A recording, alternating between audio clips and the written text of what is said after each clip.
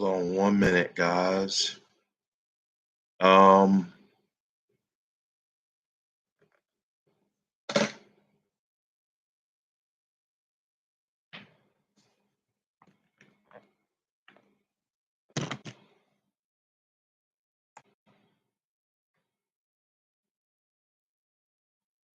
Having some technical difficulties here, so just bear with me.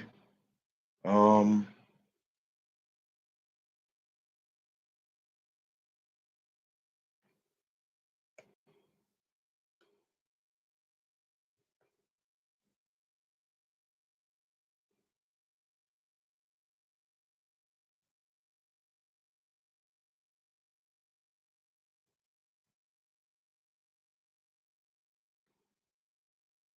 um,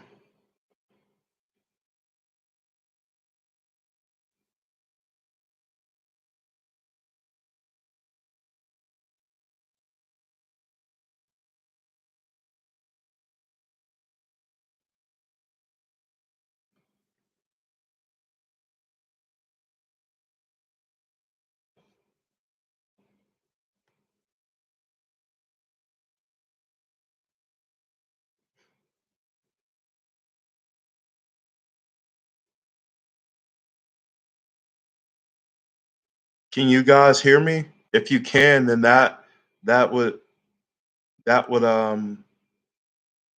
because I don't know what's going on with my screen here. Um, all right. I guess you guys can hear me, but just bear with me. I might have to get a brand new laptop. But just bear with me here.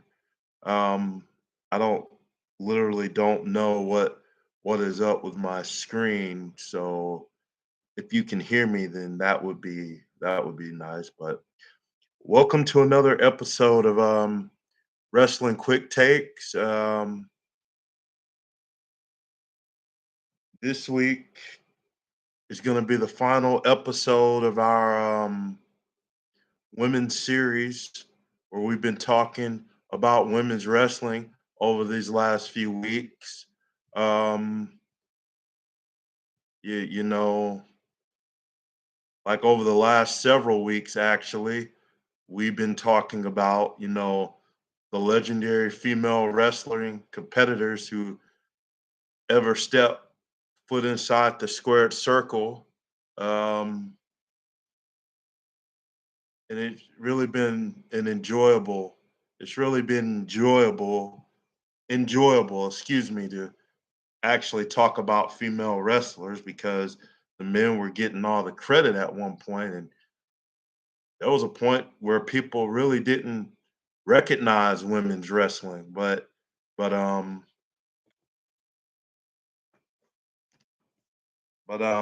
yeah. So tonight we conclude our women's series with Molly Holly, um, another underrated, wrestler of the '90s. Um, yeah, and she started off in WCW before coming over to WWE, and I yeah, and from there her career would really take off. A two-time women's champion and also a hardcore champion. So I mean, she's done it all and she's seen it all. So yeah.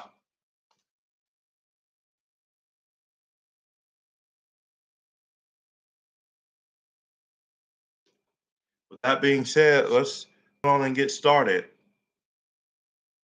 Molly Holly. Molly Holly is one of my favorite divas, or one of my or let me start over. Molly Holly is my favorite diva, or one of my favorite divas to ever step inside the squared circle. She has grit, art, style, and the determination to be the best. During her time in the WWE, she became a force in the divas division. even becoming a Divas champion on 2 occasions, and also, yes, a hardcore champion once.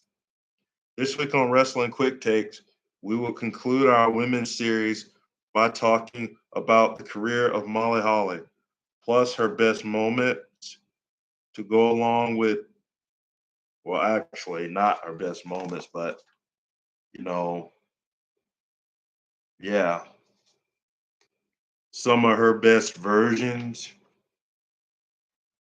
plus her personal struggles. So let's do it.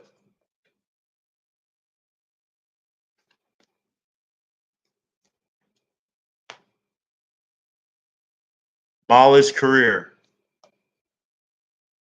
According to essentiallysports.com, Molly Holly entered the wrestling industry after training with Dean Malenko in 1997. One of her first appearances was with Randy Savage and Alundra Blaze in WCW in 1999.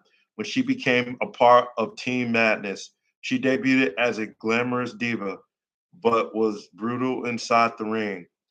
Molly Holly moved to WWE in 2000 and was booked in a rivalry with her cousins, Hardcore Holly and Crash Holly, and the Dudleys. However, her career took a turn when she was moved to a romantic angle with Spike Dudley. Soon afterward, Molly made her way to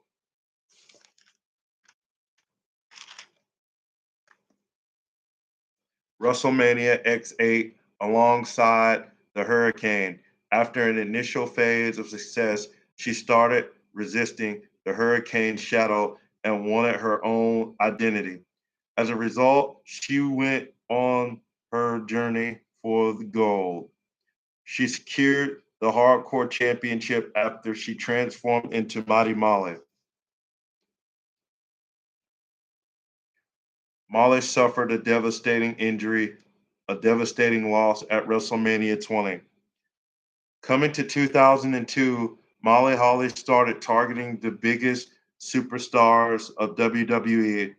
She began with Trish Stratus, defeating her to become the WWE Women's Champion at King of the Ring 2002. Unfortunately, her winning streak ended along with her second reign, continuing her descent into infamy. Victoria shaved their bald at WrestleMania 20. Victoria ending her title run was an embarrassing moment for Molly Holly. However, the match gained huge momentum because rarely did Divas take part in a hair versus title match. Continuing the storyline, Holly sported wigs in the months that followed. Unfortunately, she could never recover from this massive setback. Even after getting several opportunities to recapture the women's championship, she couldn't make it happen. She quit the ring in 2005, but returned for the first time for the first ever Women's Royal Rumble match in 2018, followed by another appearance at Royal Rumble 2020. At Royal Rumble 2018, she made a surprise appearance at number 12. She eliminated Sarah Logan and was eliminated by Michelle McCool. Considering everything, she is regarded as one of the most influential superstars within the women's division. Even though she didn't have a long career, she had a huge impact in the industry for the women's division. Her contributions paved the path for the younger talents to make an impact within the industry.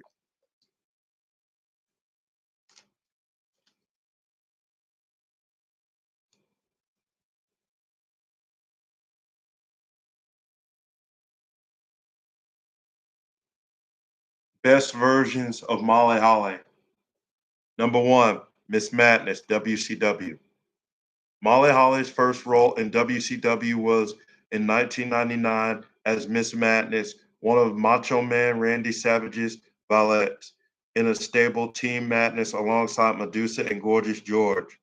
Her big storylines involved training Gorgeous George for a match and then fighting with Medusa after Savage lost the world title to Hollywood Hulk Hogan, resulting in the Macho Man firing both women.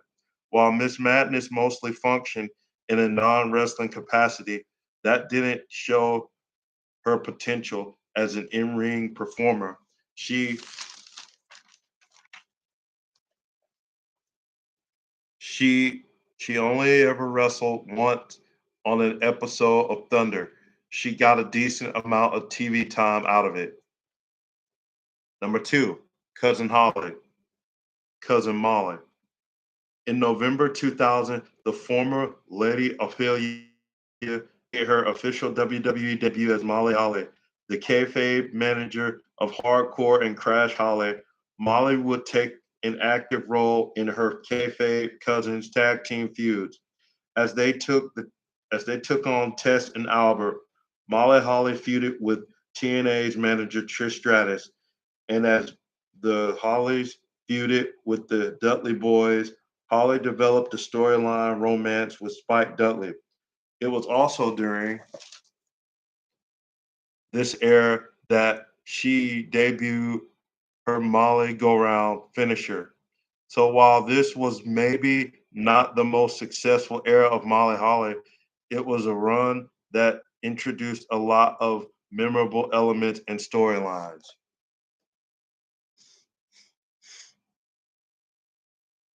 And again, guys, I want to apologize for the screen. I mean, if you can't see me, I really do apologize. But if you can hear me, then that's great too. And I will get this fixed, and it will be, you know, and it will be resolved by next week. So I want to apologize for this. Number three, Mona. Miss Madness ejection from Team Madness resulted in a renovation into Mona, a babyface character who dressed like a beauty queen and wrestled without shoes for some reason.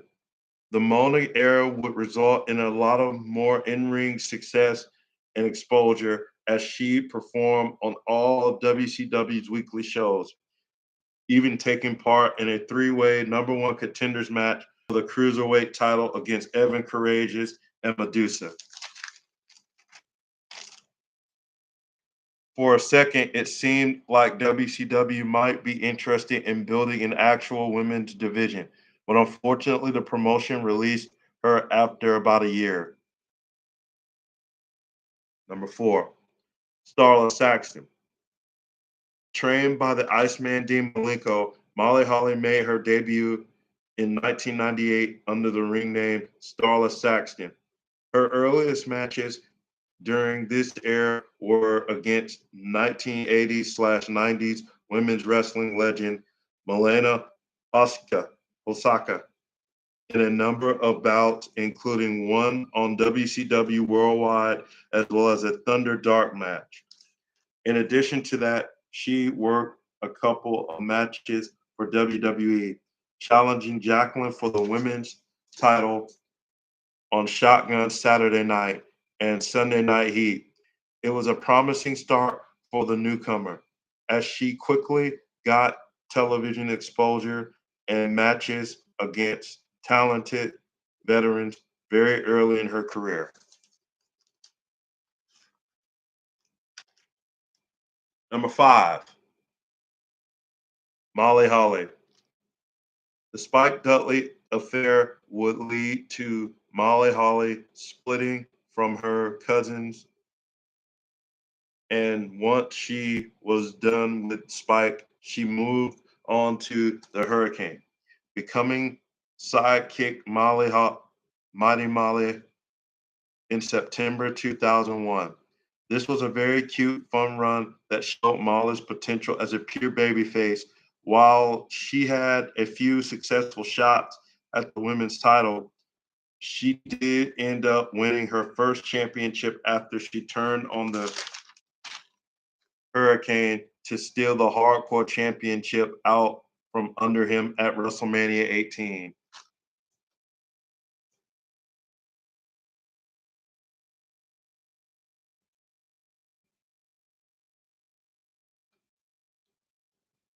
Molly's Christian faith.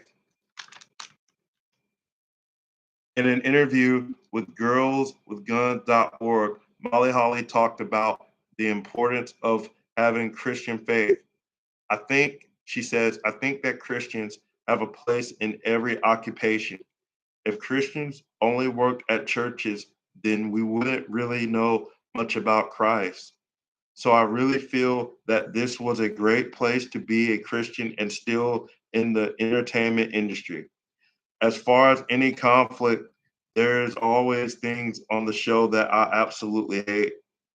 I think if I had kids, I would never let them watch this. So I tried to share my faith more on a personal level with the people backstage and the fans after the shows.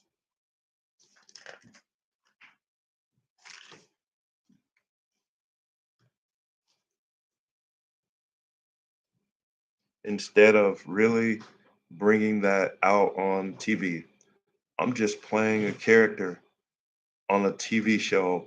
That's my job. And so my faith and my acting weren't really in- linked, except that it gave me a lot of opportunities to meet a lot of different people. Just the challenges of the job helped strengthen my faith as well. You really need God to help you get through that without major mental issues.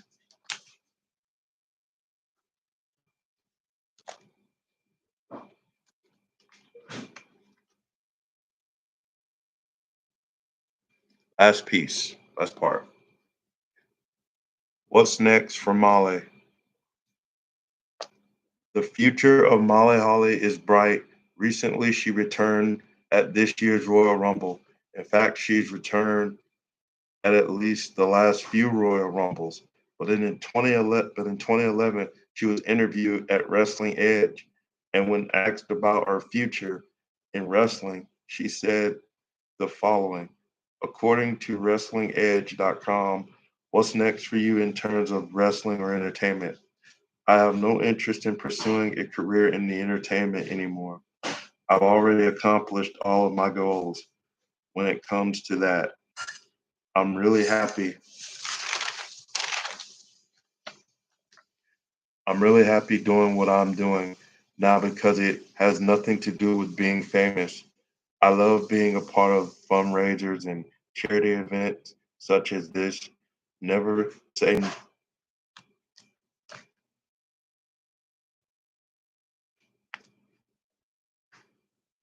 God here. Never say never with Molly. I think with her returning at the Royal Rumbles, is a sign that maybe the fire is still there for her. But either way, I think she's happy. This concludes our women's series. Over the last few weeks, we talked about some of the greatest female stars to ever step inside the squared circle. They paved the way for the stars of today, from Trish Stratus to Lita to Medusa.